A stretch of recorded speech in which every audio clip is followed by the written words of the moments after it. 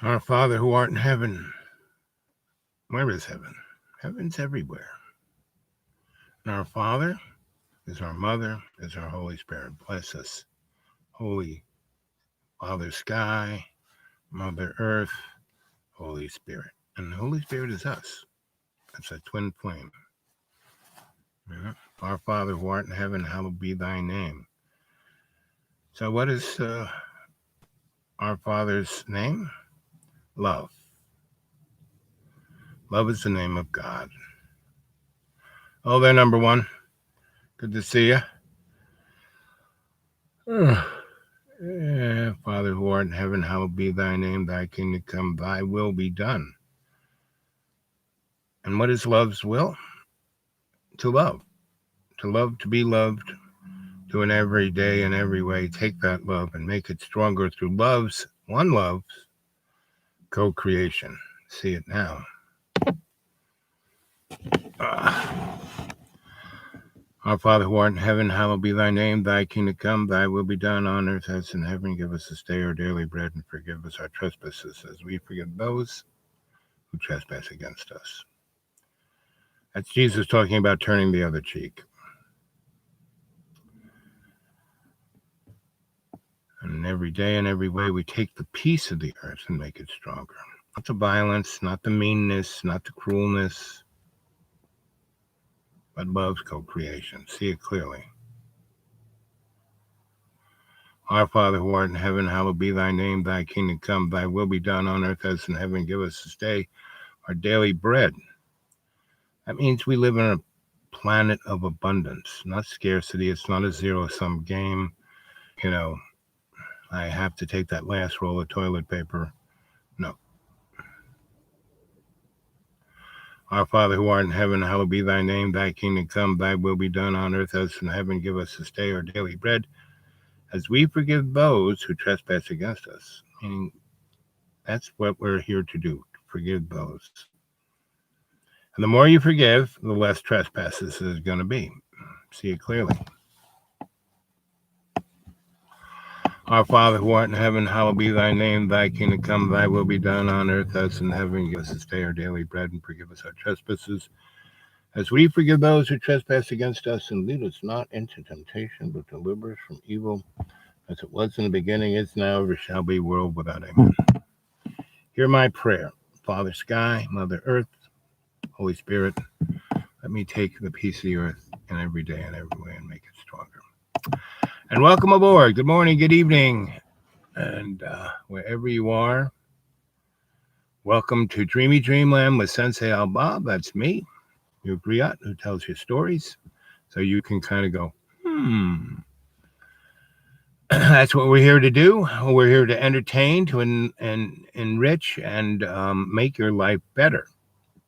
Through every day and every way, we take the piece of the earth and we make it stronger.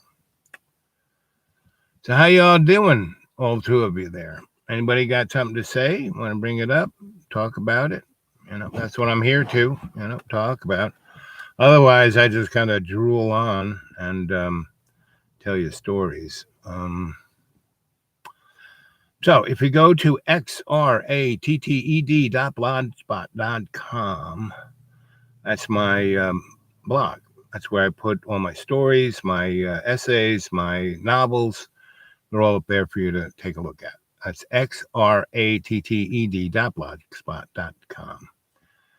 And if you want to, you can go to the Dude Awake 42 at Gmail. And that is where you can get a hold of me personally, right? And it's just me and you, mano y mano. And here it is, Saturday, getting the end of January. The first month of 21 is over. And look what, as of January 6th, what we have? We had a storming of our capital, right? And as I said last year, around February, and then I said it around March, and then I said it around April and May, June, and I said it again in July, and then I said it again in August, September, October. I basically said that the year 2021 was going to be way more crazy and way more, oh my God, what's going on than 2020. Because we are in a state of reset. The hidden hand, the powers that shouldn't be, the best elected legislators money can buy, all want to reset. And we have resets all the time. You know, um, Jesus Christ was a reset, right? And fall of the Roman Empire, and then within weeks becoming the Holy Roman Empire, right? Yes, we were the pagan money god of Gob, and then we became Jesus, and so we went from owning you through bread and circus to threatening you with a spear, because every country in the known everywhere had a Roman garrison, and they didn't do much. But if they had to, they'd kill everybody. That was basically how it works. And I don't know if you noticed it, but as of the first day of, when JoJo got sworn in, within hours, we had a battalion rolling into Syria. Donnie had taken our kids out, and now we brought them back in. So, you have to realize, since recorded history, what did Thucydides do? The father of written history. He basically wrote about the wars of Rome. And someone says, Thucydides, you're the father of written history. What is it? His story. And he goes, it's his story, and it's what the Romans pay me to write. Because what's ever left in the books is what people think happened. People don't even know who they are, where they came from. We're looking for extraterrestrials, and we're right here. We are the extraterrestrials. If you go read Genesis, in their Genesis, somewhere in the early part of it, after, God creates everything, and boy, isn't that cool. And it's like lighting a match, and boof, the Big Bang. And then the illuminated one came, and that was the first creature that Gob created. And that was light. And in the beginning, all things were dark. And then it was light, right? That was the illuminated one, right? That's Lucifer, right? And Lucifer goes by different names because he is like a shattered mirror. He's a person with, personality dysfunction. He doesn't know who he is. So he's always trying to play with the monkeys to see if he can figure out who he is, because a lot of his DNA is in us, right? That reptile brain you have there, is part of that, So, and you notice that there's some people who are really sweet and nice and give you the shirt off the back, and then the other people just screw you for the fun of it, right? Depending on how big or how large their reptile brain is, right? And then there are people who are, you talk to David Icke about reptiles, and and you can see them. I've seen people when their eyes blink like this, and then all of a sudden their eyes blink sideways, and their eyes go from green to brown to yellow. Yes, there are people with brown eyes and blue eyes and green eyes, but not red and yellow eyes. It's a different thing. So, I always kind of knew things were weird, right? And because my whole younger life was that of, kind of being sick and on the edge of going off the cliff of death. And the two before me, they died. They bailed, They didn't want to put up with it, because you do have a choice, And people, talk to me, I want to kill myself. Life is so tough. Yes, my parents give me $20,000 a week, and I drive a limousine, and I don't have to worry about anything, but how am I going to pay my bills? It's like, really? Really? And that is the material world talking. That's your ego talking, right? I live out in the middle of nothing, and at best I have Cadillac camping. This is the first real winter that I've been here the whole, so far. I'm looking. Anybody up there wants to invite me, especially if they live in southern Florida or down along the coast, Louisiana. Uh, I'm glad I saw all those places in the 60s, 70s, and 80s and 90s because they're not going to be there. It's not going to be 100 years because there is. So when how old was I? When I was at Cooper Union, and that was like my main place. I started at 16, learning to be an electrical engineer. I lasted a day because I showed the professor of 30 years how to do the equation, and he was like, "But you didn't show all your." I said, "You don't have to show all your work. You don't need to have this, you know, equation go to." The 19th zero after the decimal, 3 will do fine. That's why they call it a field equation because you do it in the field. You just need it to figure out how to tune the transformer. And that's basically what field equations are used. And so I lasted a day. So I went back to the head man. The head man said, "Yeah, I didn't think you'd last there. But there's a new place. You just needed to be here for me to transfer you into this new place. And it's called alternative technology. Now that's for you." He was right. Right. And I went in there and, when I went to the electrical engineering class, everybody was black pants, white shirt, black tie, their slide rule. This is back in the day of the slide rule. You didn't even need the slide rule. You could do those equations, if you only went to the third zero. You didn't have to go to the 19th. Then you needed a slide rule or a, laptop or whatever. But anyway, I went to this class and everybody was pretty much stoned. The professor had a pipe and he had a cigar stuck in it, but you could smell that hidden smell of he was smoking a spliff, and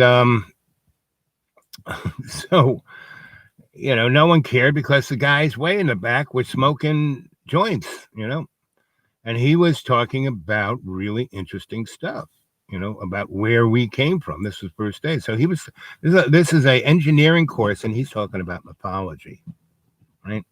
And he's talking about the Bible, and he's taking it apart, showing how all of these things were referencing a civilization that existed before our time. We think the morons who think the world is only 6,000 years old. I can do it mathematically by looking at the Bible. Well, the Bible is basically a comic book.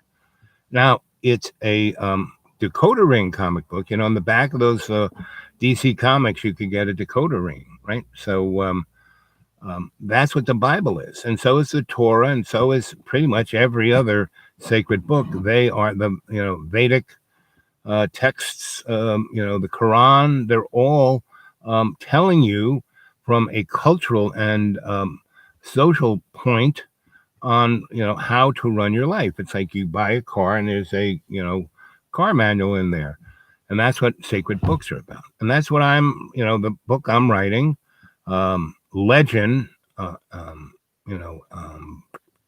do I forget it when I'm trying to tell you? It's like when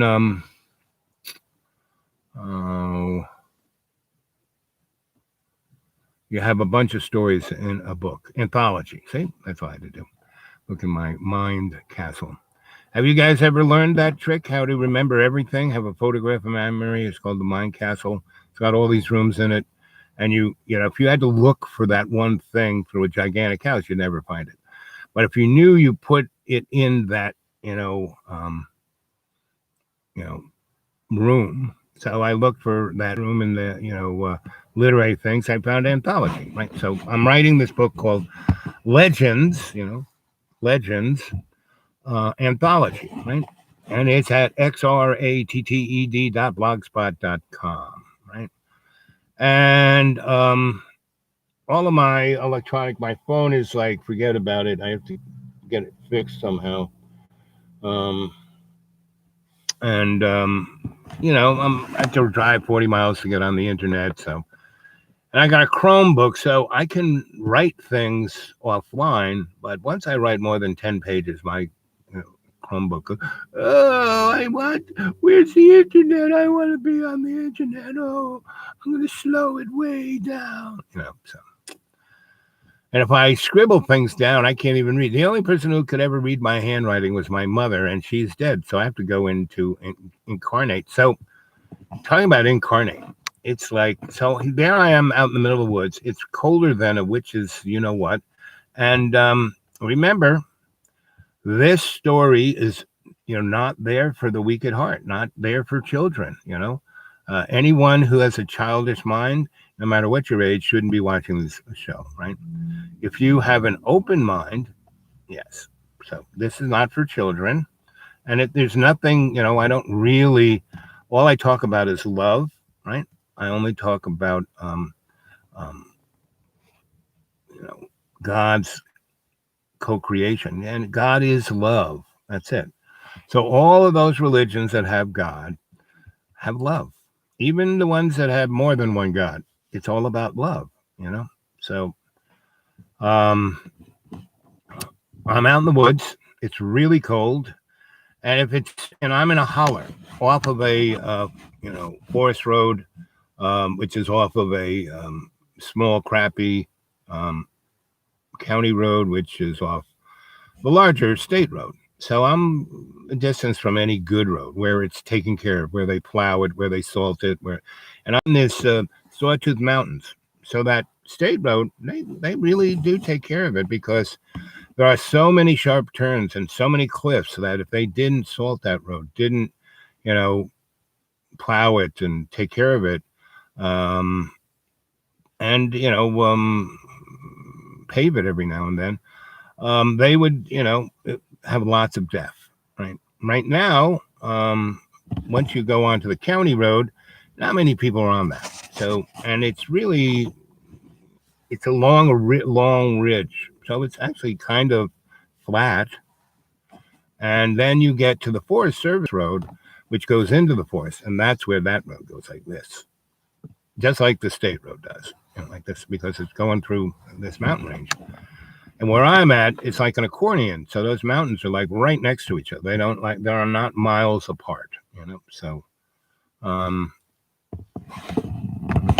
here's Google trying to Google something to me. I don't care.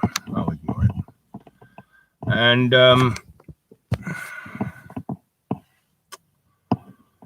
so I'm really out there, and which is really, it's beautiful. It's darker than dark. And it's, really pleasant at night. I mean, it's last night I was sitting out there, and it was colder than cold. I mean, the ground had already frozen solid like concrete by 7 o'clock, right? And so as soon as that sun goes down, but as soon as it comes up, it's, then it's muddy, and it's either frozen solid ice skating rink or muddy, right? So I live in a holler. So on either side, if I go to the end of that forest road, the road is like this. To go out, out to the other Forest Service road, and then out to the county road, and then out to the state road. So I'm in a holler. So if the snow is, no one's been driving on it, and no one does because I'm all out there by myself, except about a mile or two down off the other road, there is an Airbnb. Rich people coming by and build a house for themselves because, it's so cheap, this property, and these people build anything for nothing. And because they're all about taking advantage, right? And so they get here, and then they can't stand being here because they have to be with themselves, and they can't stand being with themselves. So they then rent it out to Airbnb to other people like themselves who just won't live there. They'll be there for a day. There are people who can't even stand being there more than a night, I've had people kind of walk up to where my little campground is and say, "I'm scared of the dark." I said, "Well, you shouldn't be out here."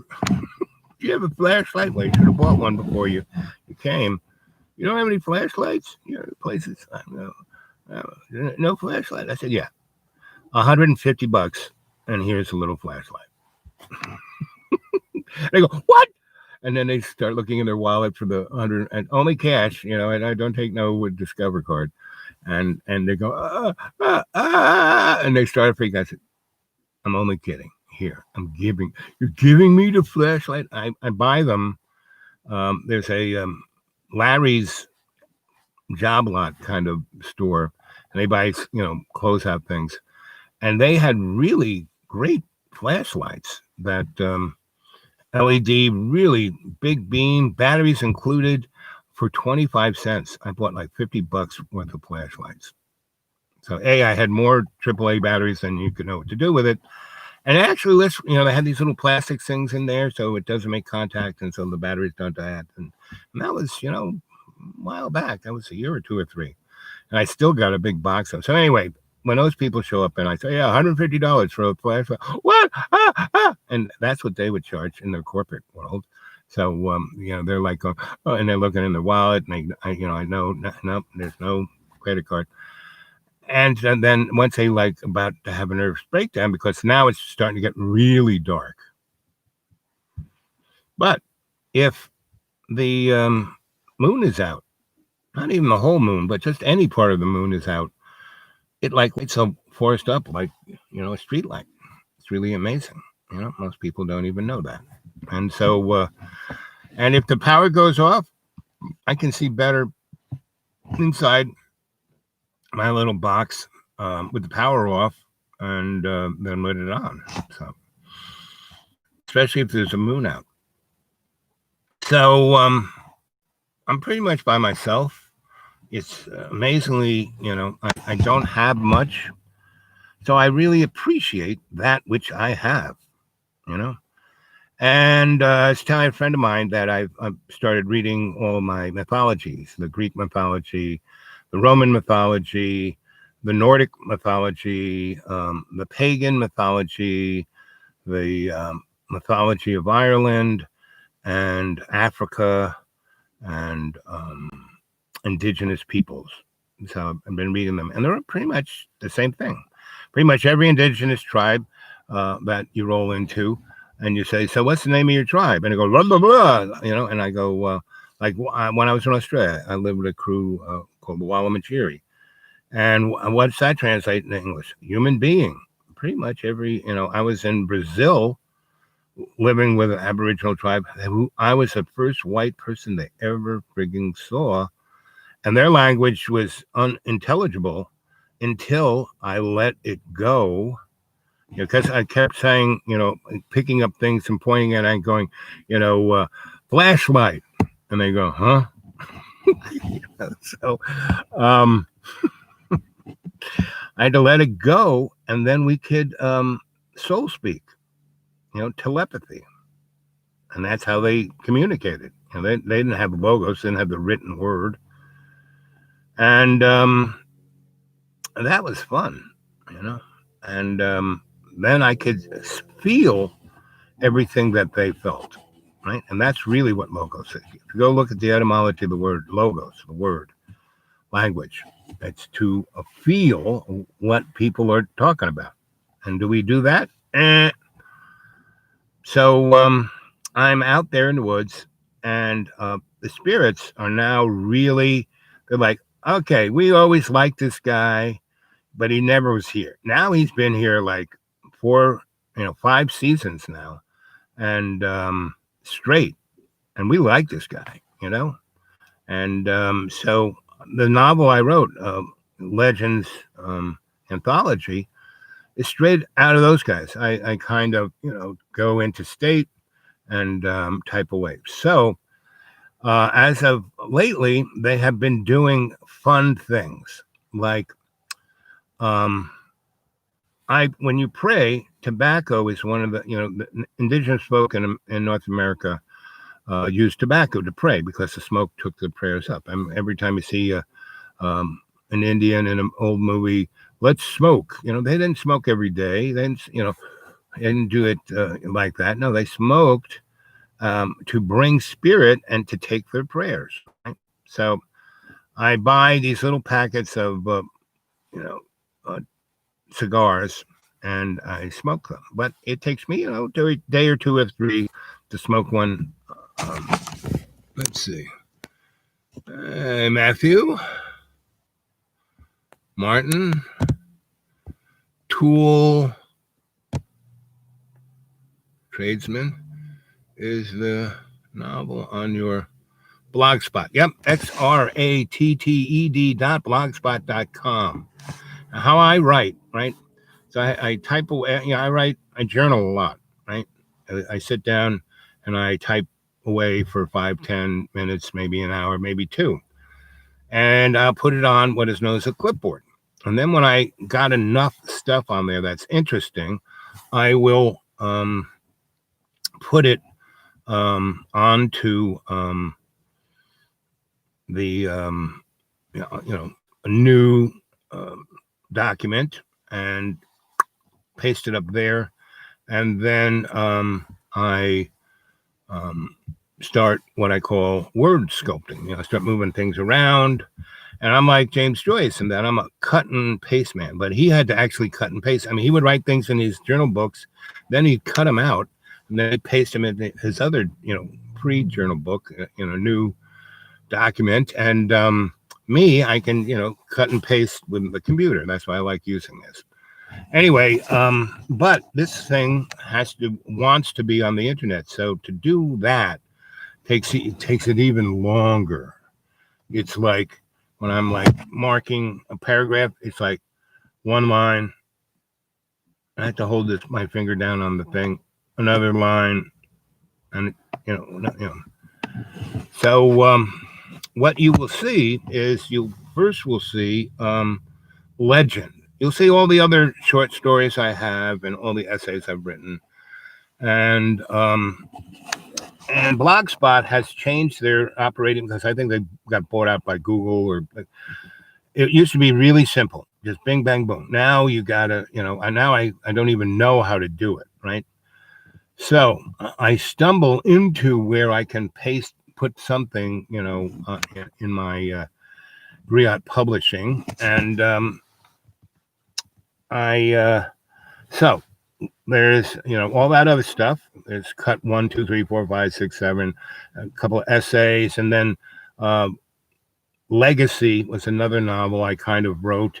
That's not really, it's what it is, but I have to really edit it more. So, but because then Legend kind of popped into my brain, and I started putting things on a clipboard. So, and that's kind of how I do. And then I'll go back and when I get inspired, I will go back and start working on other stuff.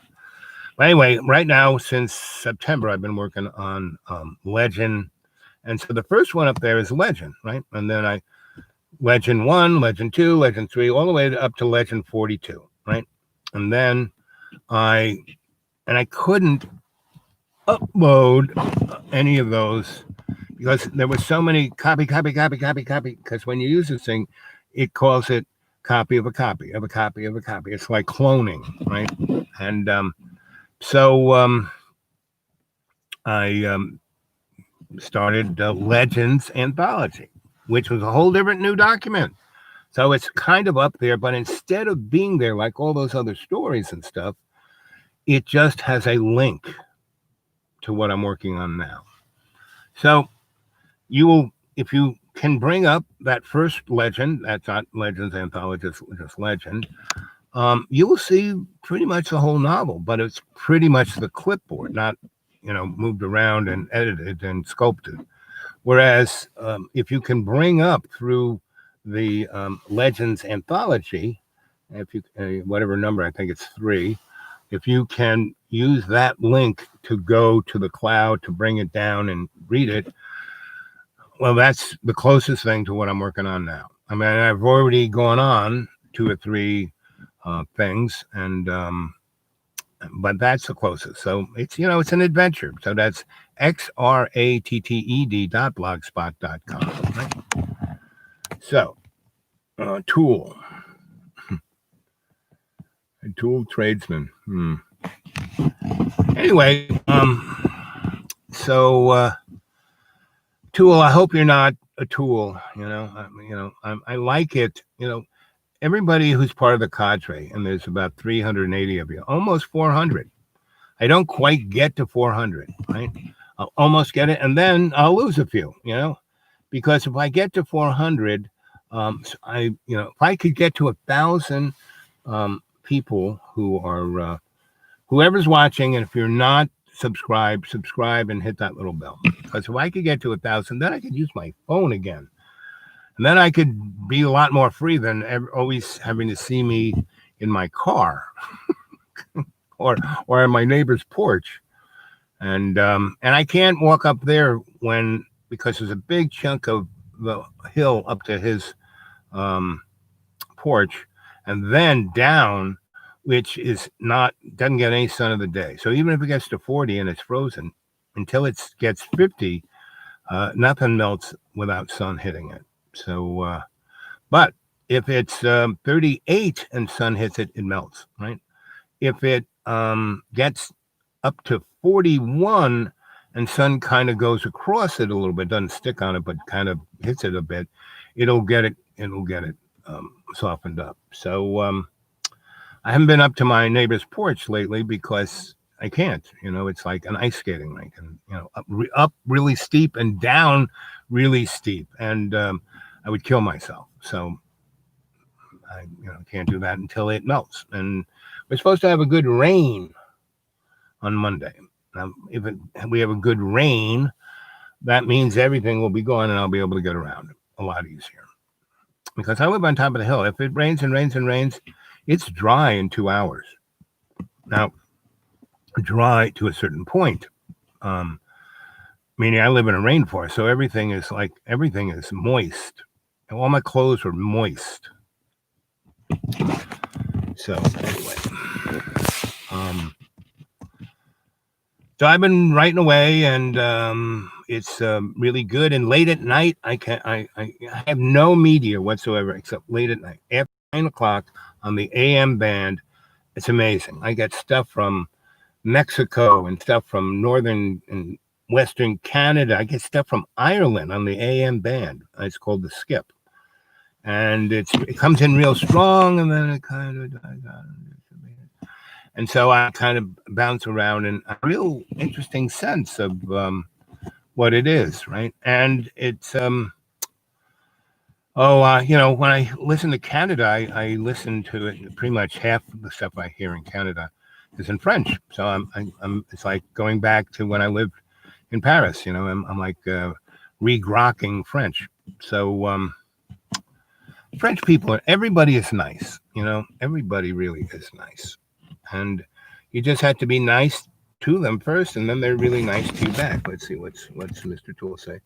Here in the southeast Michigan, it's been mild. Yes, and we are in an El Nino winter, which means we've had lots of rain, and we've had a little bit of snow, but not like it should be. So that global warming thing, but it's not from your tailpipe. Like I said, earlier on, let's say how long I've been talking, 33 minutes. I was kind of explaining about Cooper Union, which was an extraordinary college I went to at 16. First to be an electrical engineer, and then I got into environmental science, and then I got into alternate technologies. And I was always a Tesla guy, so man, I was like popular, And by being there, and also I was when I was 9, I walked into the Council on Foreign Relations on Park Avenue and 69th Street, right across the street from Hunter College. And they had a thing. You couldn't get into the CFR. They had no real access. They had a gate that went into an inside corridor, where you could drive in. And the parking lot was on the inside of the building. It was a big square building, take up a whole half of that corner street, and I would say a fifth is opened on the inside. This courtyard, you drive in, they have a space. They have a downstairs parking garage, but people get let off, and then car goes down there. But the one place that the public could walk into was a thing called Automation House, and it was um,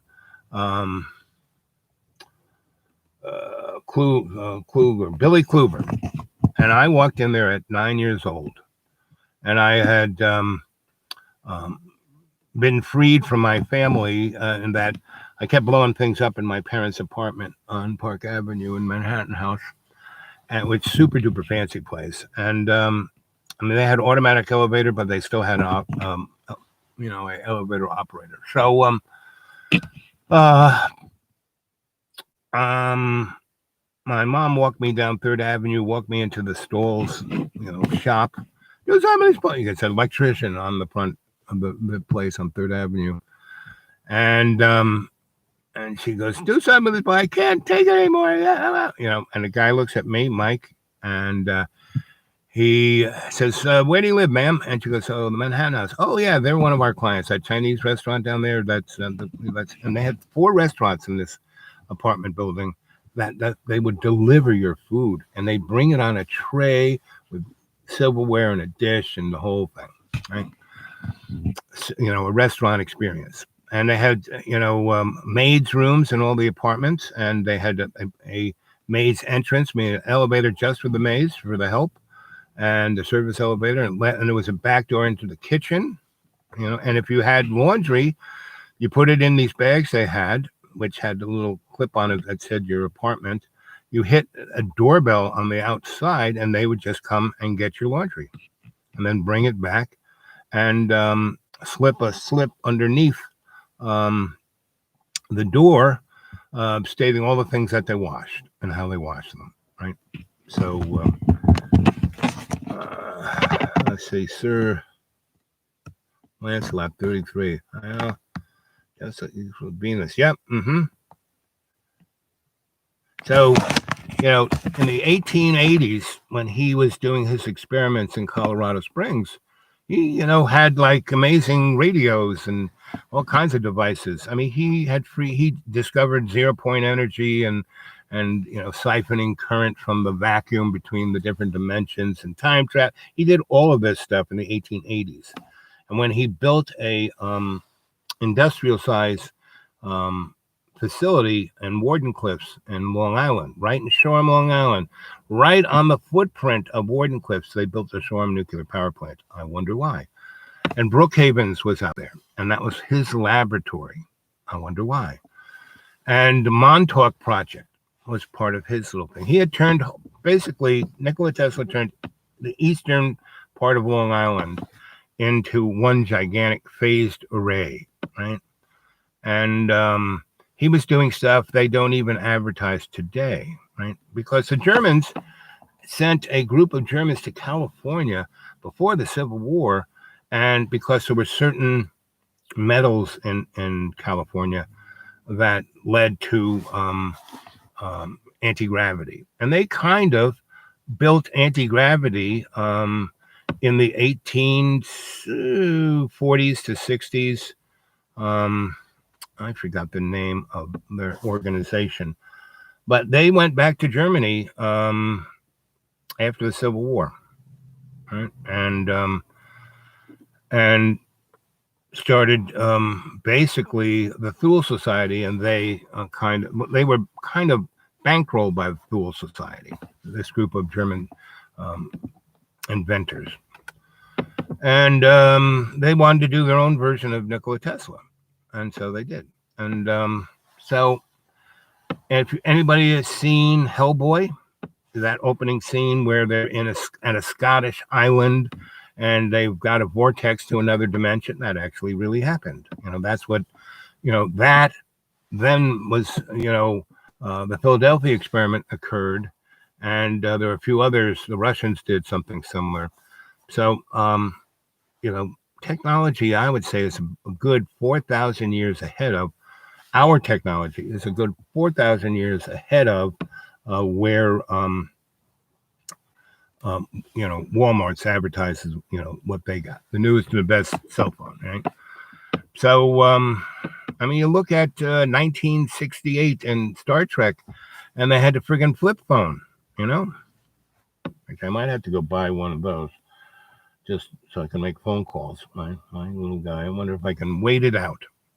Anyway, because I had to drive 200 miles to go to my phone people. There's nobody around, because I have the hood phone, so there are no hoods around here. I mean, there are, but they aren't that kind of hood. Because where I live is the kind of hood. Let's see. Remember, guys, put everything in capitals so I can see it. Let's see. Here in the south, and mile winter. Yep. Tesla equals Venus connection. Yep. And the Aries. We are coming out of Aries, and Aries is getting what you want through violence, and the king of Aries is, the king of war, and and so every war has been whispered because the demigods can't start anything. All they can do is kind of influence. And so when technology, like, Colonel Corso, who after, the things kept flying, being shot out of the sky, the flying saucers in New Mexico around our facilities out there where we were blowing up atomic bombs.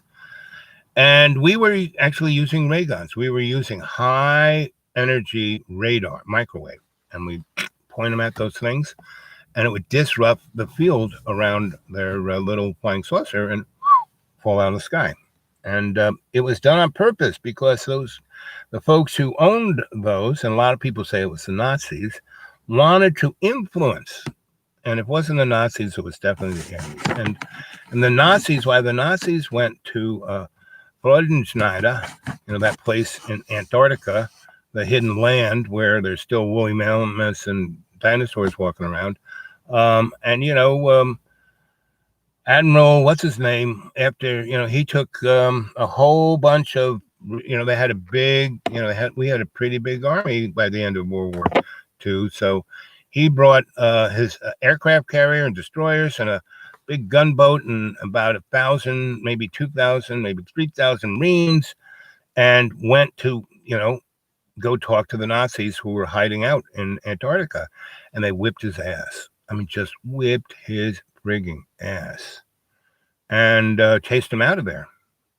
And go, so what's that? Admiral. North South Pole discovery kind of guy in the 20s. Then in World War II is pretty good admiral, and then he takes Operation High Jump up to Antarctica and runs into the Nazis with their flying saucers and ray guns. And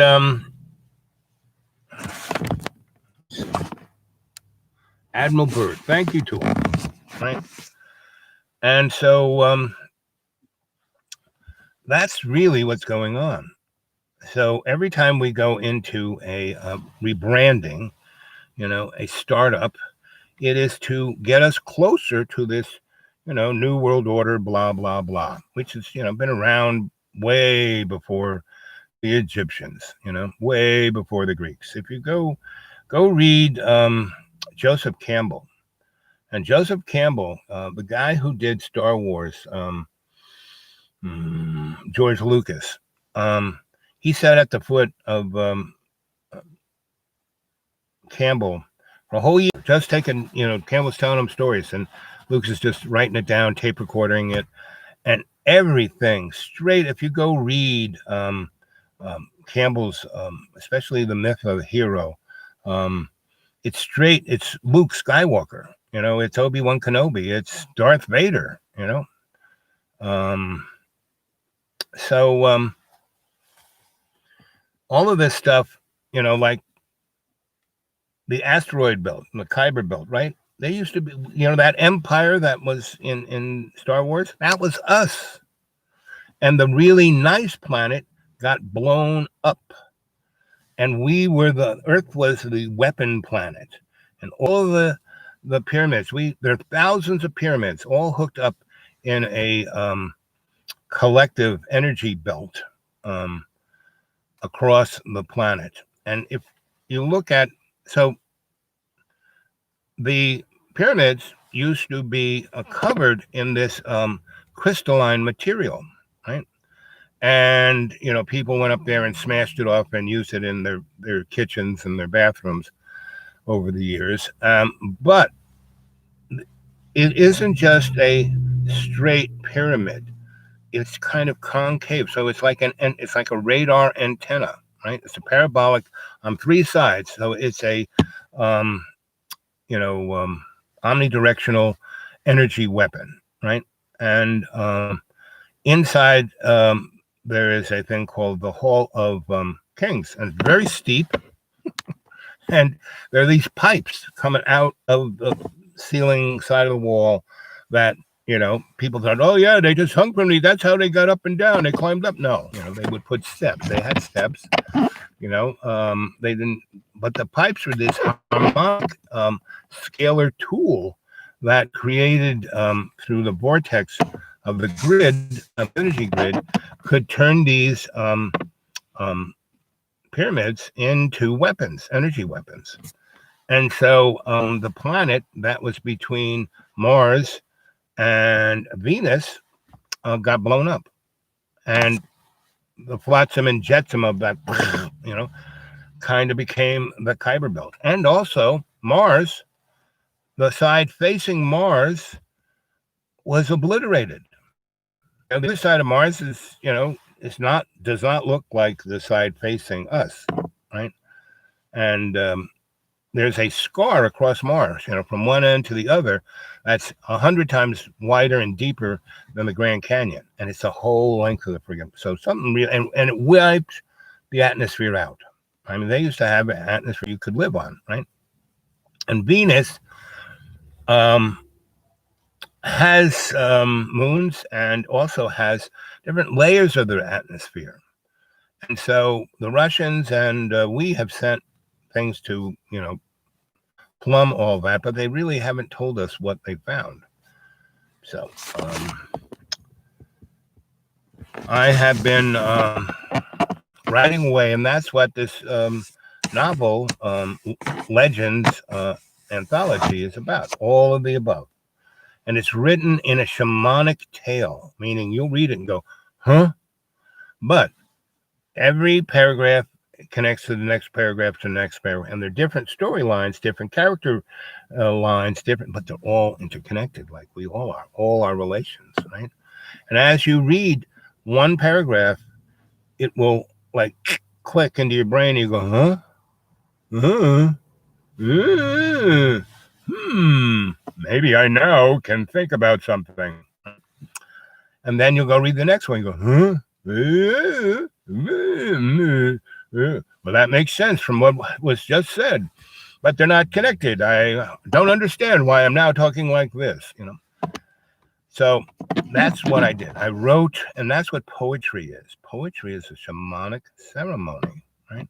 That young lady who, she's interesting, who did Biden's poem for the inauguration, that was a shamanic ceremony. And whatever everyone else was lying, cheating, stealing, pizzing, and she was the only shamanic shaman there. She was the only truth teller. So go listen to that girl's poem again, right? And so that is what I attempt to do in my writing, is that same kind of connectivity to all our relations, right? So anyway, the more I do that, and the more I'm out there in the middle of nowhere, the more I get connected. And so there are all these spirits out there, and there's all these animal spirits. There's a little panther. Well, maybe it's about this, but it's a panther. Black as snake, not a cat. The way it walks, its shoulders are like way wide, like a panther's is. Its head is kind of square, like a panther's is. And I saw it go after a nasty animal and rip it apart. And the nasty animal was way bigger than it. And it was like a magic trick. It was like a cartoon. The thing just, and then that nasty animal was gone.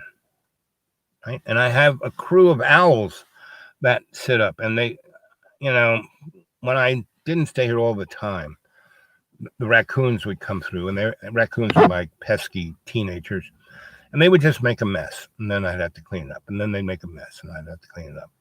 Well, the cougar and the owls took care of that, right? And I give my compost is way out in the forest, and I let them go through it, whatever they want, eat it up, right?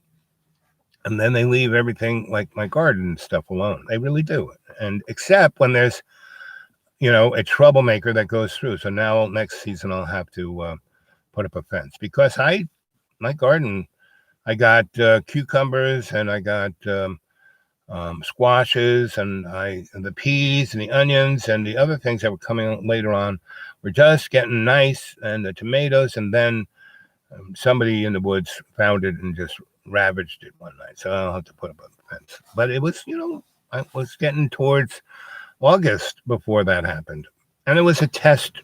I didn't do the whole garden. I just did a little bit because this was my first time of re-gardening in 10 years. So, and I have neighbors who have a ton of food who come over and dump, between July and November, they just dump tons of food on me. Fresh vegetables, right? So, the other thing that has been nice to the space is the spirits. I made a temple in the woods, because I needed good topsoil for my garden. I had raised beds, and after not gardening for 10 years, they kind of dwindled. So I cut a path up into the forest to where I had this other thing where I was going to build something on it, and that's where I kind of dumped pallets of books, right? So instead of having to go all the way around and up all the way and then all the way down, I just cut this staircase into the forest and dragged using a tarp the topsoil, which was super duper rich, and I cut steps. I cut 66 steps. And as I was going for the 67th step, I hit something that was a spirit guide. And now there is this chunk of iron that is running from Canada all the way to Georgia, and it runs right through my property. It's one of these ley lines. And most ley lines are so deep you can't find them. So, but because this is like mountains like this, and I'm actually on top of a ridge, but I'm in the holler of these 4 accordion mountains. And so this chunk of metal, which is like a conductor of shamanic scalar energy, runs right. That's one reason I bought it, right? And there's a spring that has unbelievable fresh water. And the weather there is relatively survivable, meaning right now it's 42, and pretty much every day it can get between 37 and 42, and at night 20s. It was 20 last night. So I go to bed at 9 and I'm all packed up and I'm asleep, and my little spring is dripping near me because it's a good quarter-mile away of garden hose to know where the water source is, and if it freezes up, that's the end of water, right? And I mean, not the end, meaning I can then go to the spring with a bucket and walk a quarter mile, garden hose. And so this is the first winter, so it's worked really well, except for one night where I was too tired to drip it. And I said, well, it's not that cold. And of course it was. But where I laid the hose down, if the sun comes out, it melts the hose, the ice in the hose. And really, the difference in temperature, the difference between that hose running water, if it's above 37, runs no problem. If it freezes, at 30, if it's at 31, 32, it freezes. And if it gets really frozen, even at 37, it ain't going to do it. it's got to, the outside temperature has to get above 40, and the sun has to hit that hose, and within a half hour, the water's flowing. So, it's a test of patience. And that's what my little experience out here in the deep green has been. I needed, yes, I died in a plate of spaghetti in 2014. I sold everything I had so I could survive, and got out of the lines of what I was doing because to survive. And now I'm, a itinerant scholar living in the woods, writing novels. That's what I'm doing now. And so there are these spirits that are in the woods. And so when I dug these steps into this, I kind of hit the really super duper kind of sacred spot, right? Because I live in the Cherokee forest, right? And so I basically was digging this thing out, and I was filling up my tarp with a really, rich soil, and I hit this kind of, in the forest, there is this, mushroom kind of phyla, and it's everywhere, and it's like the internet. It's like the mushroom internet, and it goes through every plant because it is the antigen, the thing that keeps everything alive. And once you go after that interconnectivity of the mushroom world through a forest, you'll kill the forest. And when they clear cut, they kind of do that, not so much by the trees falling down, because what they leave kind of rots and mushrooms like that, but it's piles of diesel that they start fires with, and they drop over a barrel of this kind of toxic whatever, and that's what kills that. So, but where I'm at, it's like a garden paradise. None of that goes on because it's so steep. Even though they got forest roads, they've already logged out what they can get. Meaning, and the forest has changed. When I got it 20 years ago, there was still maple, there was still oak, there was still other hardwoods in that forest. Now it's all poplar, which is, it burns pretty good. And it can, but it's a crappy wood, not good for furniture or even building with.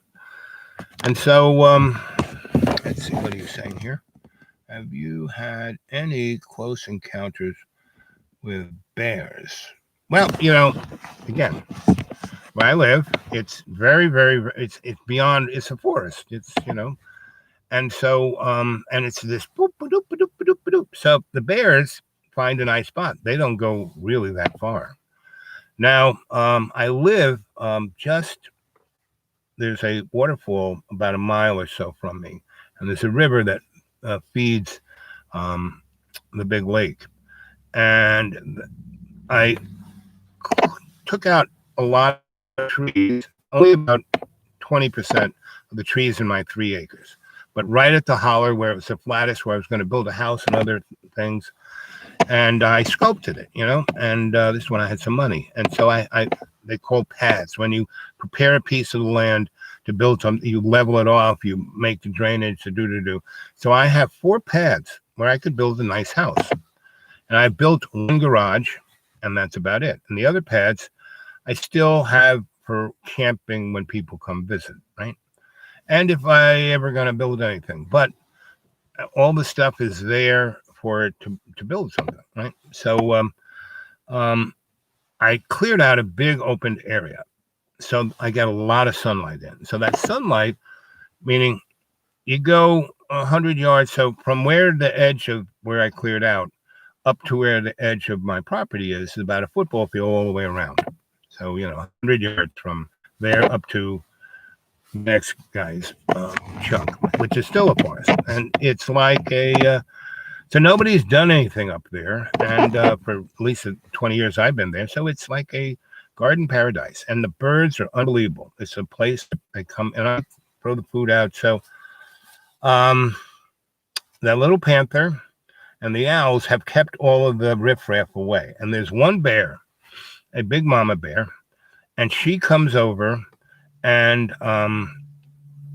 she stays on the other side of the river. So when I cleared all of this foliage away, there were bands that kind of, because of the geography, you could look down and see into the next valley, like 20 miles away. Well, there's one of these things that goes out. And again, these are all ley lines. These are energetic lines that kind of clear, nothing kind of grows there. So the one of these avenues that goes out into the next valley where I can see the river. There's the river right there, right? And the bear comes down and sits. That's her. I think it's her, because I've seen little bear with it. And they in the stream, it takes a big curve there, and it goes kind of slow. So all you got to do is step in there. I wave. She doesn't wave, but she kind of.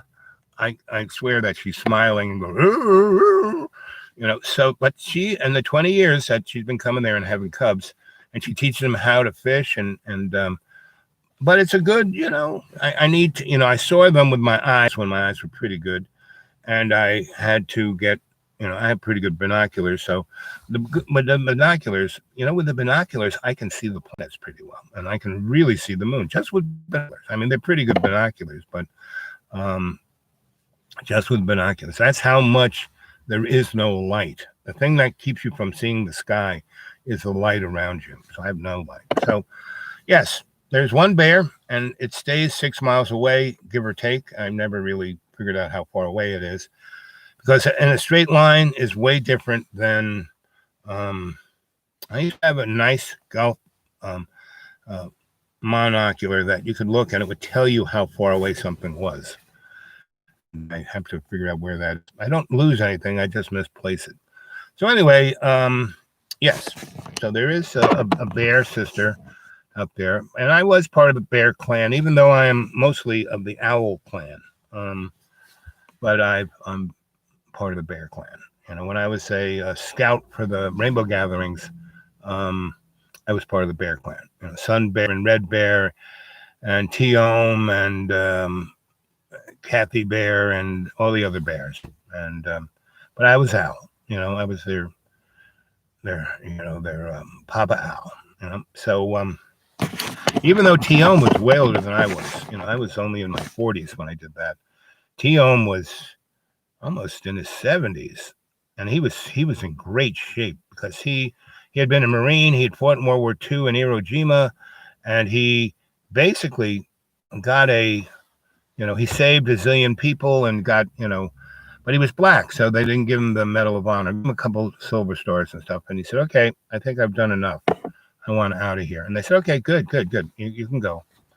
And so they let him go, and they gave him he went back to Kansas, and folk in Kansas, he was such a hero because their newspaper, nobody in there, that valley or the counties that they were was this guy was such a hero. I mean, national hero, that they were proud that he, even though he was black, came from their neck of the woods. So the state gave him a farm, crappy farm, but he fixed it up, and his brothers were farmers. He wasn't, right? So they did that for a bunch of time, and he gave it to them and said, okay, whatever kind of money you put in a coffee can for my cut, and if I need some cash, I'm hitting the road. And that's what he did with the rest of his life. He was, and he was amazing because he wasn't just African. He was also Lakota. And he would dress in African and Lakota clothes, And I mean, wherever we went, we'd go into the Walmarts, and, he would, he'd look like an African. I mean, not African American, but African Lakota, from, 1770, So that was those days. And the Bear Clan, at least the guys I hung out, we were all kind of very included, all forest people, all into the indigenous way of life, all had teachers, and all were well educated, came from, not, the poor, but they chose to do this. And so did I. But I still had my gig as a college professor, or researcher, because I couldn't stand being a scholastic. So, um, all of that energy is in everything I do. Everything, you know. So there I am. I bought this probably because it's like an antenna to the universe and the higher powers and everything scalar. And there's a great book called Tesla, very esoteric. It's not Tesla Speaks by Margaret Cheney, which is the only good book. All the other Tesla books, people read her book and then wrote it and didn't give her any credit. I mean, people took it verbatim. Now, I take a lot of stuff from people, but I at least kind of tip my hat to them, and I at least rewrite it in my own language. And when I, quote somebody or something, I don't try to do like JoJo did and, call him, just took Tennyson's stuff. I let people know where it came from. I don't do like George Lucas did, just ripped, Campbell off and didn't give him even a tip of the hat. So anyway, in the lodge, and the lodge isn't a building, it's the property, it's land. And it's not just the little square that I've been on, that I no longer own, but the whole mountain range, the whole 200 square mile accordion, is my lodge, right? And so from the beginning, there was not just the panther and the owls, and they took a year or two because I wasn't always there. And in the last 3 years, I've been here more and more and more. Meaning, up until then, up until I got, 2014, I would come here 4 or 5 times a year for a week or two because it's so beautiful, so nice, so this, so tranquil, so everything. And I would have little projects. I'd do a little of this, a little of that, And so I basically, in the last 4 years, been kind of here, But really, the last 18 months, I've been here, haven't left. So the spirits have always been there, and they've always let themselves known. And then when I kind of cut these steps up into their sacred land, which I kind of knew was theirs, but I, every time I started working there, I said a little prayer and respect and dropped water on the ground, did all the things you're supposed to, left some tobacco on the ground. And so I, went, it took me a good month to cut those 67, 66 steps up that hill. And because, I don't kill myself. I'll work until I'm a little tired. And, and I always have a hammock. I lie, where I'm more working, I hang up a hammock and sit there and read a book a little bit. And I go back to work. Or if I really, I quit, I go down and I wash my hands and I make some food. And that's what life is about. If you've ever been with indigenous, they don't punch in and punch out. So anyway, I hit this spot that as soon as I started digging away and leveling it out, and I said, well, this is a really good spot. Here's a good tree. I'm going to put a tarp here. And so I made a big square that you could put a tent on, made it level. And as I was doing that, because there was a lot of really easy, good topsoil that I was being able to take out.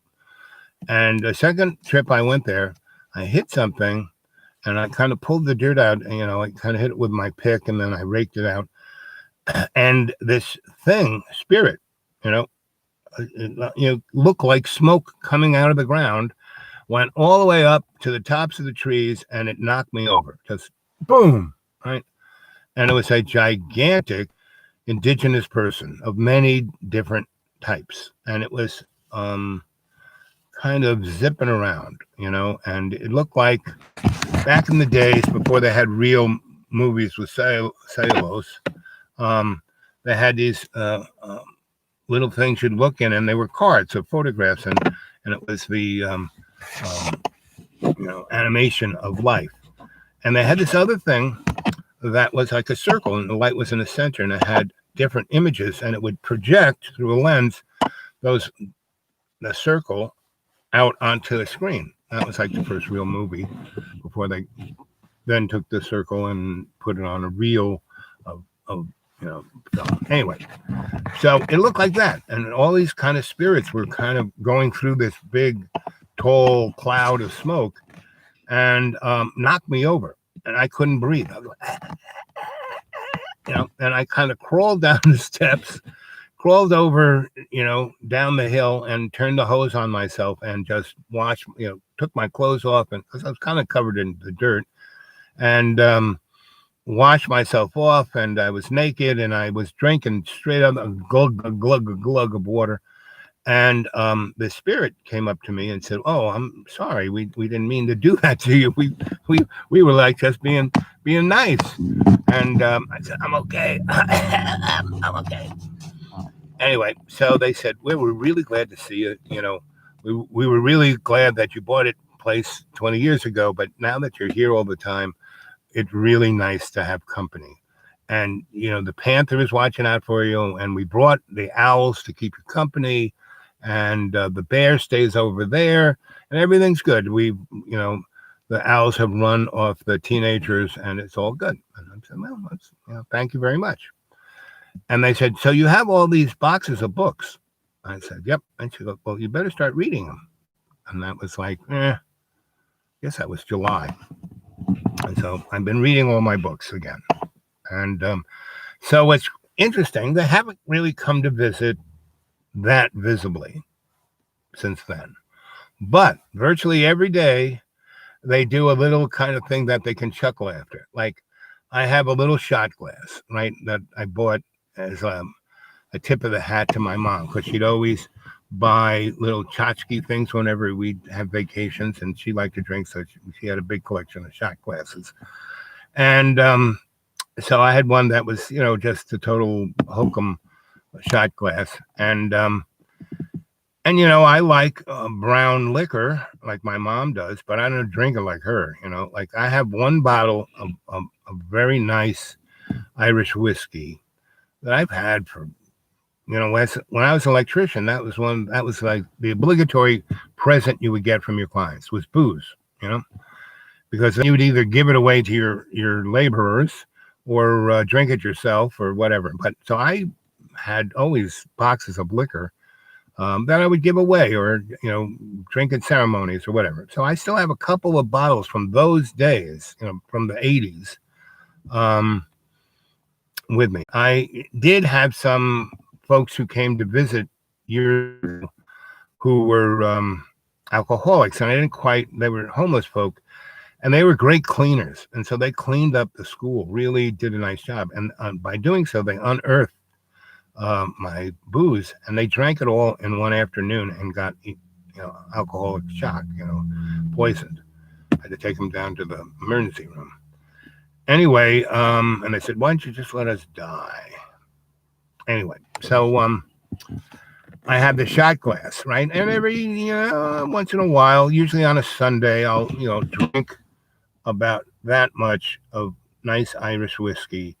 And what's interesting, that Irish whiskey bottle is still 80% full, and I've been drinking from it for the last 6 years, but not a lot, Anyway, so I woke up the other morning, and I don't know how they did this, but the shot glass is on the inside of the garage. My staple gun is on the inside of the garage. The box of staples for the staple gun is on the inside of the garage. And right on front of my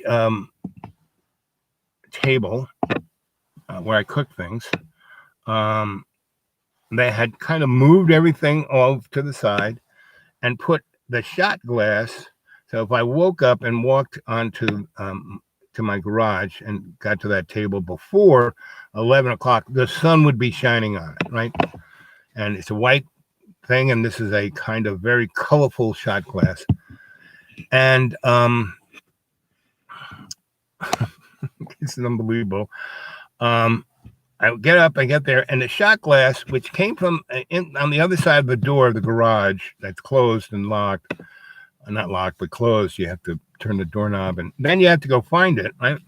Well, they found the freaking um, shot glass, and they took the staple gun and shot the staples into the cup, right? Because to like separate each staple would be, but going click, click, click, click is the easy way to do it. And there were 66 staples in the shot glass, and there were 67 all around it. So they just went click, and every now and then one would shoot out, and or more shot out than stayed in it. Anyway, it was there, and it was like, so that was the most amazing, most recent thing done by the spirits. And the one that happened, before Christmas. So I recycle everything a zillion times until it like breaks down. So I had a bunch of plastic cups that I've been using for months, since summertime, and they're getting a little funky. And because I don't have hot water unless I boil it, and so and these are plastic cups of the cheap type, and I got them like from Burger King, and I just took them home and used them again and again and again and again and again and again and again and again until like they kind of blow into the wind. And that's if everyone did that, we might be able to be sustainable. So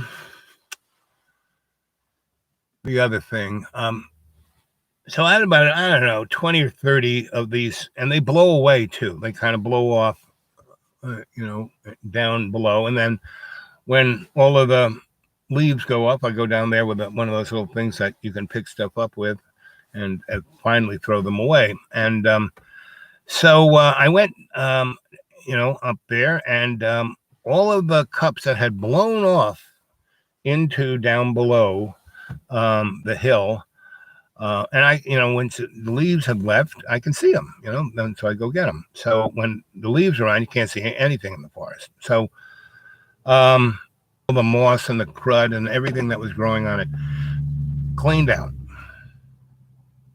And they lined them all up in a row, facing out.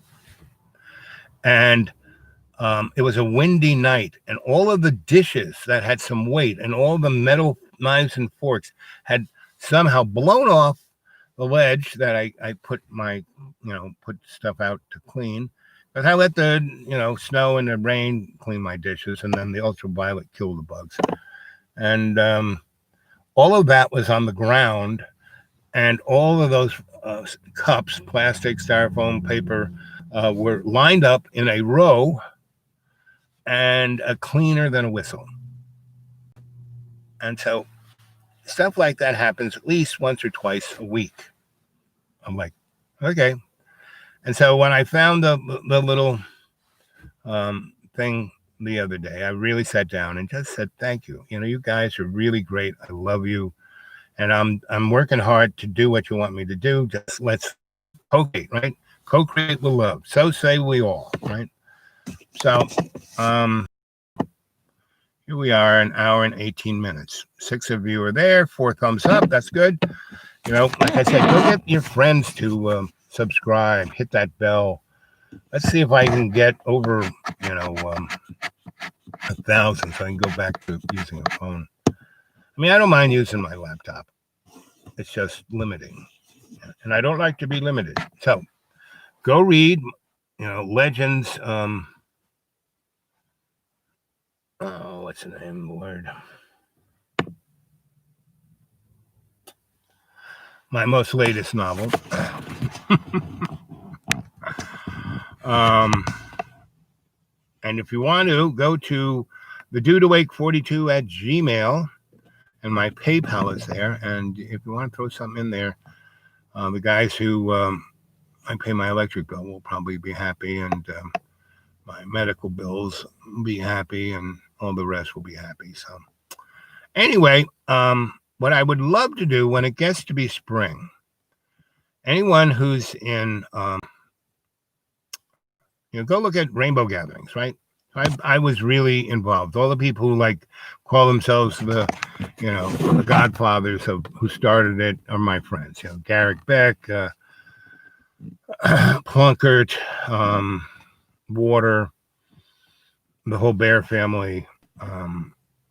Anyway, so, and I liked it because it was kind of, the Dharma bums go camping, and we would build a city in the national forest for 20,000 people in less than 3 weeks. Water, food, transportation, um, sanitation, healthcare.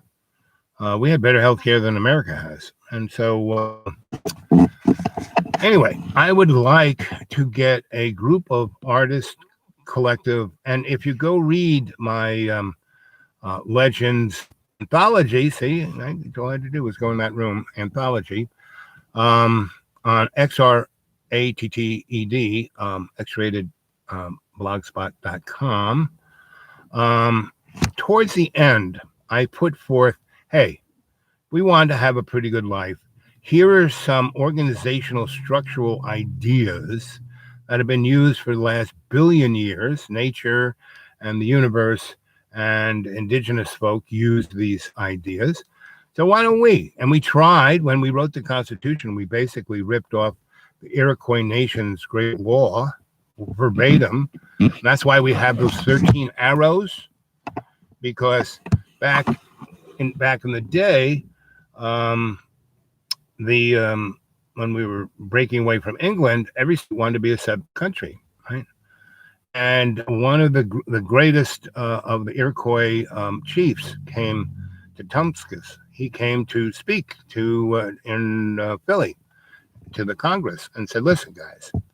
And he was totally macked out. He had his bow and his quiver. He had his war hatchet, everything, right? And he had the full regalia. And so he came and spoke, very eloquent. And the Iroquois and the Cherokee were very eloquent people. They spoke, and the Cherokee created a written language because they were business people and they wanted to take English into their written language. So anyway, he gave this speech about how America has to be one but separate, right? And so he kind of took out one arrow and said, so this is just, there's 13 of you, here's one arrow, this is one state, snap, right? Then he took 13 arrows out and he couldn't break it, tried to break it over his knee. He said, big, strong guys, couldn't do it. That's what it is when people work together. You have strength. And so what's happening to us today is a replay, since, 1680, give or take. The powers that be, or the powers that shouldn't be, who represent the hidden hand, we're just trying to, that's why they were having the French and Indian Wars, and they were like turning the United States into a place where Europeans could have wars and not blow up Europe or kill Europeans, and they could get rid of their riffraff without having to send them all the way to Australia. And so that's what's been going on in America since the beginning.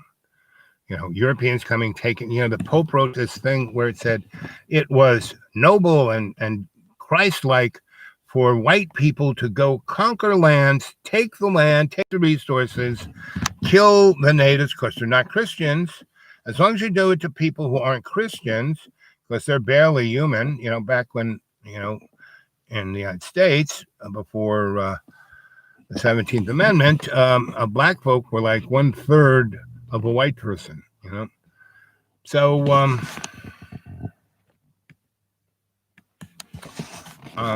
that's where we're now. I mean, outside forces are trying to break up the United States in a way that we won't be able to come back from. When we can meet any problem, but when we start fighting ourselves, it's problematic. So, Jojo gave this speech that was like a rambling. I don't even want to diss old people because I'm an old person. His speech was pathetic beyond belief. And I mean, now people go, well, you just kind of, yes. This is Stream of Consciousness TV show here called Dreamy Dreamland with Sensei Al Bob. Don't believe a word I say, right? But we are at this kind of reset. We had a reset with a civil war, right? And then when they made DC in 1871, that was another reset. And you should go read up on that. You should go read up on when you go into a government building, into a courthouse, right? They'll have two flags, one American flag and then another American flag with a gold trim around it, right? And that's admiralty law, right? And that's what owns and rules this country, is admiralty law. So there's a guy who's, if you were to go plug into Google admiralty law, he would show up, and he is like the dude of admiralty law, and he explains it very well. Another, Catherine Austin Fitts. She was second in command of HUD, right, on the banking side, giving loans to housing. And she saw how corrupt and bad and, everything it was. And so she tried to say, if we keep doing it this way, the country is going to go bankrupt. And we're going to start having these really bad economic downturns every 5 to 10 years. And that's kind of what happened. She, was started off with the Ronald Reagan days, and she worked at the Republican, very conservative banker, economist, Catherine Austin Fitts. Solaris is her nonprofit. Go look her up and read what she has to say. Joseph P. Farrell, great historian. He is the scholar of where David Icke is the soldier. And so David Icke's books are very good. Joseph P. Farrell's books are excellent because he's really deep into what it is way back and how it all connects. And he really does a very good job at that. And there's a guy who has a YouTube site called Dark Journalism, who really does a great job on conspiracy. He's like me. Don't believe a word I say. But he's a scholar, not just a Yahoo. Oh, you're blah, blah, blah. So he gives you information that you can then go take and do your own research. He's very good. But he, again, has his own opinion, right? Where Joseph P. Farrell and Catherine Austin Fitts and this guy with the admiralty law, they're just telling you what it is, and it's up to you to figure it out, right? They tell you where to go look and how to look it up and what to see, all the above. And I was very blessed to, between 1952 and, till today, I've always had access to scholars who had amazing information and would teach me not just dates in a book, but what was going on and how to look things up and how to parse it out and how to understand what's going on. So we've had all of these resets, right? And World War II was a reset, and the Great Depression was a reset. World War I was a reset. Spanish-American War was a reset. Civil War was a reset. The Indian wars after the Civil War were a reset. The war with Mexico was a reset. These are where we were going along this, and then this bump in the road happened, and everyone thought we went back to just going along. But no, things had changed entirely. Back in 1871, when they made District of Columbia, basically, they took a Sharpie through the Constitution, through the word "we the people," and wrote in "we the corporations." So that's where we're at. My voice is getting a little scratchy. Let's see. Anybody else say stuff? Let's say after the bear. I wish we would come together. Like Yoda says, don't try, do. And that's what I do. I do. Now, you make mistakes. I'm a foible. I'm a moron. I'm, all the above. But I do. I go and do things. I do it. Even though I'm living out there in the middle of nowhere, I drove 40 miles to talk to you guys. I'm doing something, And I'm writing every night. And, in the morning, I wake up before the sun, comes up. I get up at about 4. I write maybe or read a little, go back to bed, and wake up when the sun starts to nibbling at the sky around 7 a.m. and go use the facilities. If I feel like it, I kind of write or read, or I just go back to bed. And then I wake up while before the English BBC comes on uh, public radio. I don't have a clock. That's how I tell what shows are on. That's how much and when I can receive it, at certain times I can't get it. So that's what you need to do. Become more aware of your life and do things, not just do the same old. There are a lot of you who are all over the place who go, I wish I could come and visit. I said, well, you can. Oh, I got this job at Burger King. I can't leave. Come, please. You can get a job at Burger King here. You can get it. Meaning, that's why I love being an electrician my whole life, because I travel the world and I could always be an electrician. There was always, an electric supply. I look in a phone book, find the electric supply store. No matter what language was being spoken, no matter what country I was in, I would go in and there would be coffee and popcorn, warm popcorn, right? Because you'd have to wait around to get, it's not like Lowe's where you just aimlessly walk through a big box. There's a counter and you say, you have a list. I want this, this, and this, right? You need to know they don't let you in those electric supply places unless you know the nomenclature. It's like the secret handshake, I need a 1900 box. I need a Q064. I need 2 screw connectors of 1/2 inch. You have to know the nomenclature. I need some SGO number 2, all that kind of stuff. So, I need a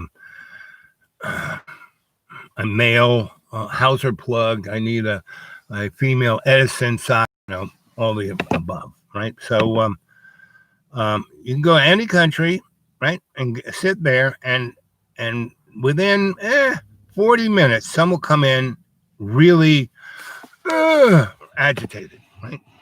And you kind of go over and say, hey, what's up, bud? Breathe, just breathe, right? And pretty much everyone speaks English somewhat. I've been, unless you're talking to Aboriginal folk. But any place that's touched by the petrodollar, it kind of speaks English. So, and if I stay in any place longer than a few weeks, I kind of pick up their language. I have this very good ear.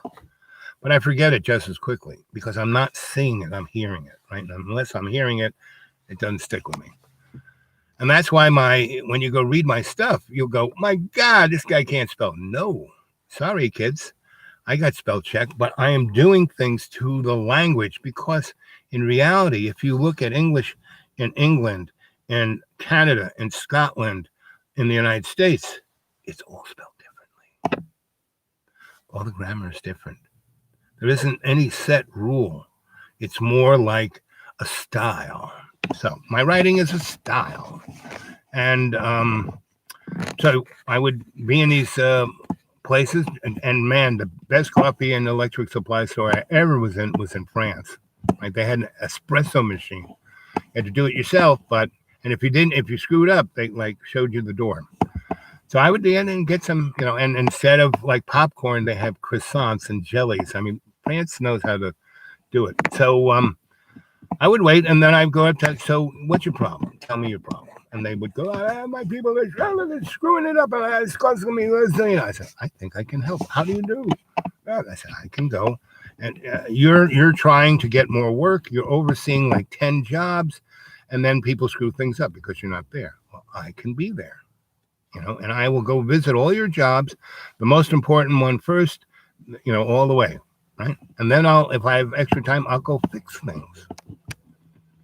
And once you do that for them for a couple of days and then a week and then 2 weeks, they're addicted because you have just reorganized everything without any real muss or fuss. They're making way more money than they ever have, and they got time to go hang out at bars, So I did that all around the world because everyone has electricity and mostly everyone's scared of it. And I would go fix things. If I couldn't just find somebody who needed something fixed, because when I would cruise through someplace, that's how I met my sweetie in Maine. Her father had this ice house, and I had been working for Hotel Bar Butter since I was like 14, fixing, and they had ammonia refrigeration, which was deadly, and nobody wanted to touch it.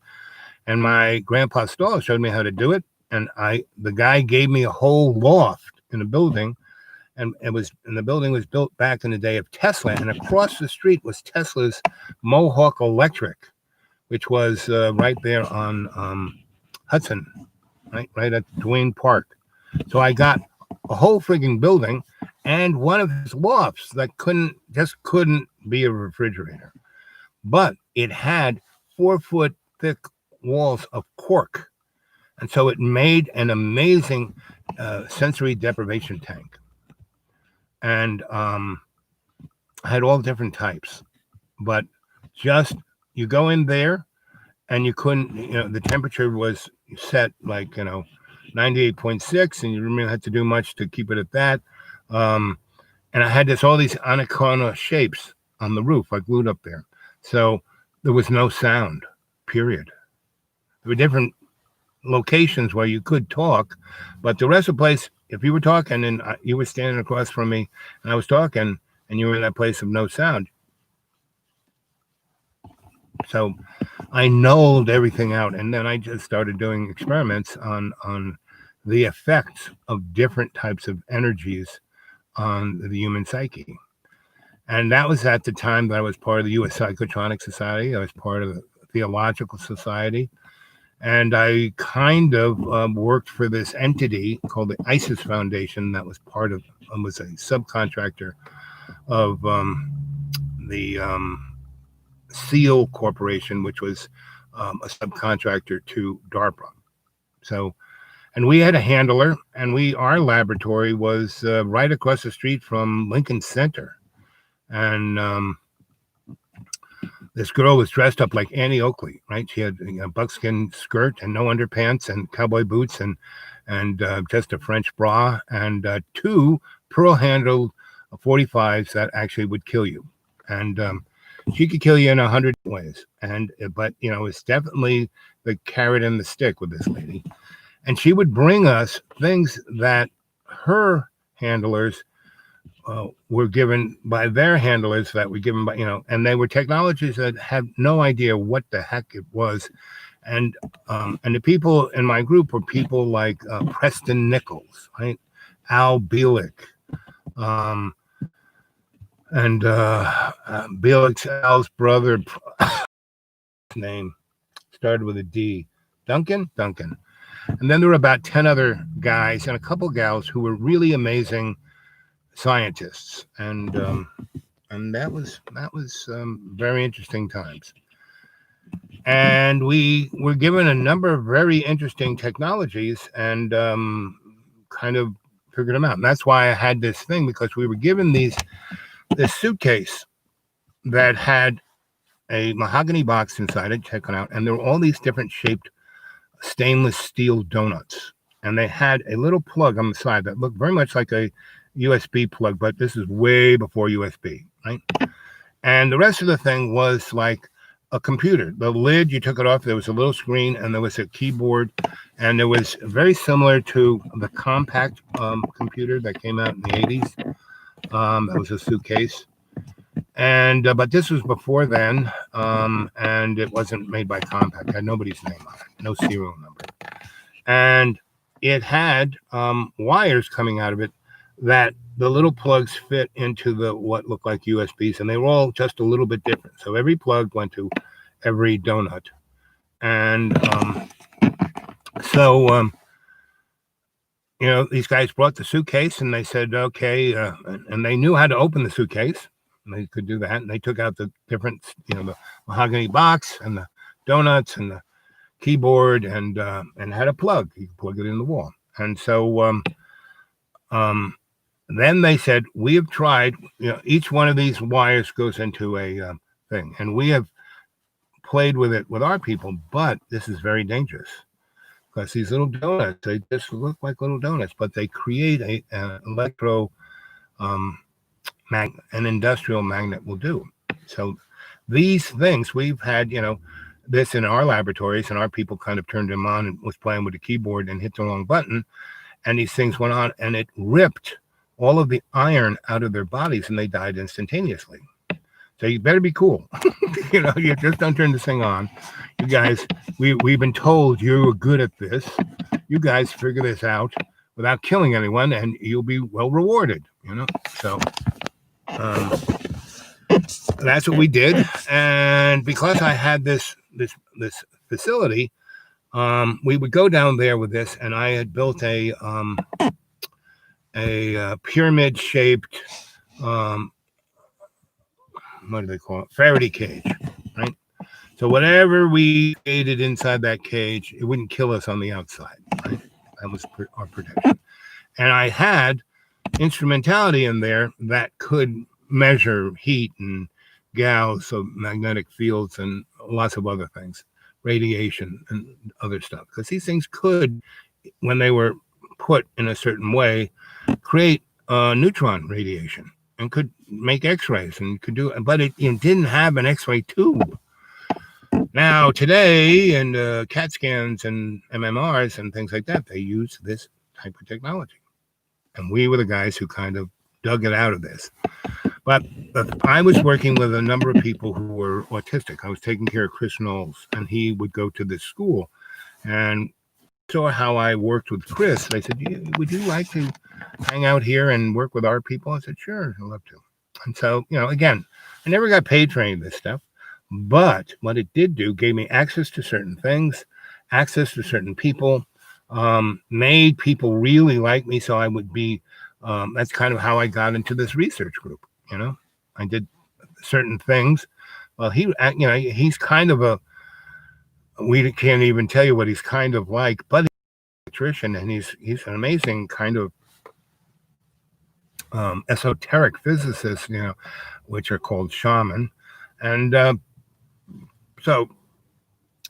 I knew all these other people, all my mentors, and like Billy Kluver and Madame Olga Kluver, and they weren't related, and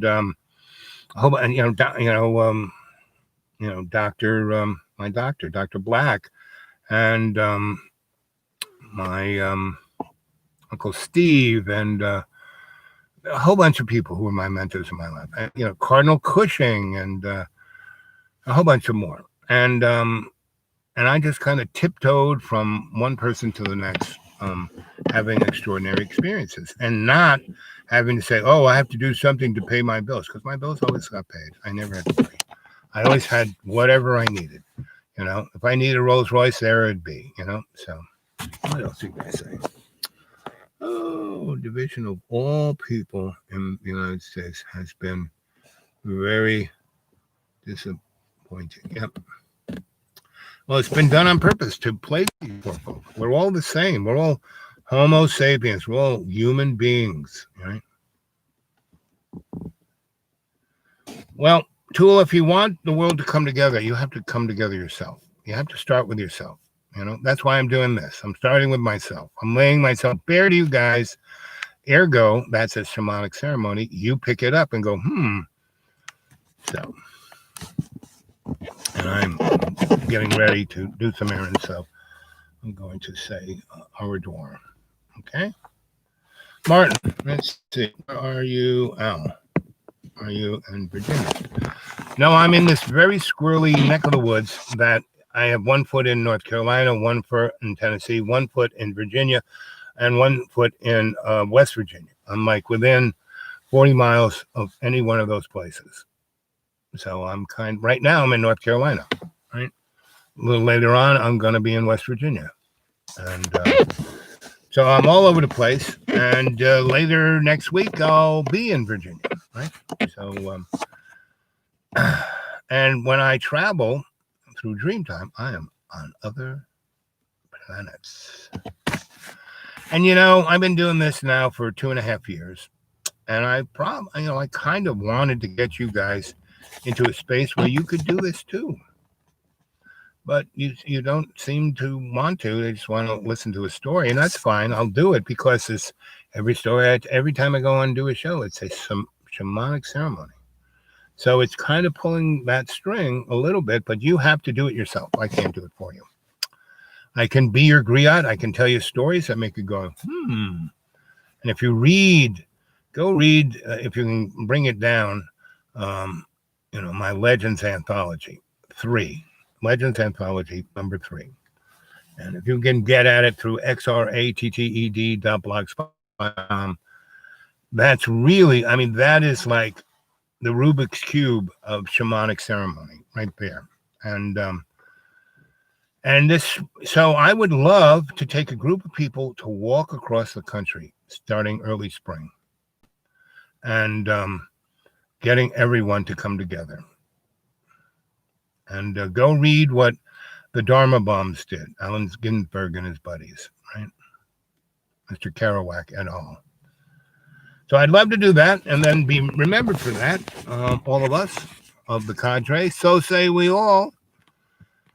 And I'm going to do this a bit more, until, I get the thing that I'm waiting for something interesting to do. And if you go read Legends Anthology number 3, towards the end of it, there is an outline of a whole project, a nonprofit, because I used to start nonprofits. I helped start collaborative artist projects and Franklin Furnace and The Kitchen and PS1 and a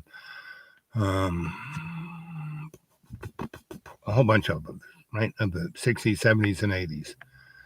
And I never had to be the boss. I never had to be the guy, but I was always kind of the linchpin. I was always able to do that thing that no one else could do. I would do it. That would, part of the whole thing I did in the anti-nuclear movement. I worked in the nuclear biz, so I had, and I had, a pedigree of that. And so I could go talk to the nuclear guys and the anti-nuclear guys and bring commonality. But profit doesn't like commonality. It likes a zero-sum game.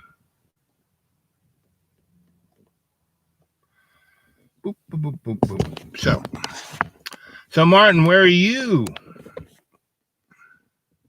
And Martin, if you want to talk on the phone or anybody else, go to the dudeawake42@gmail and leave your name and who you are and your phone number. And if you're in America, I can only call people in America. There you go. I'll call you up. But we can talk about personal matters because I'm very good with that. Right?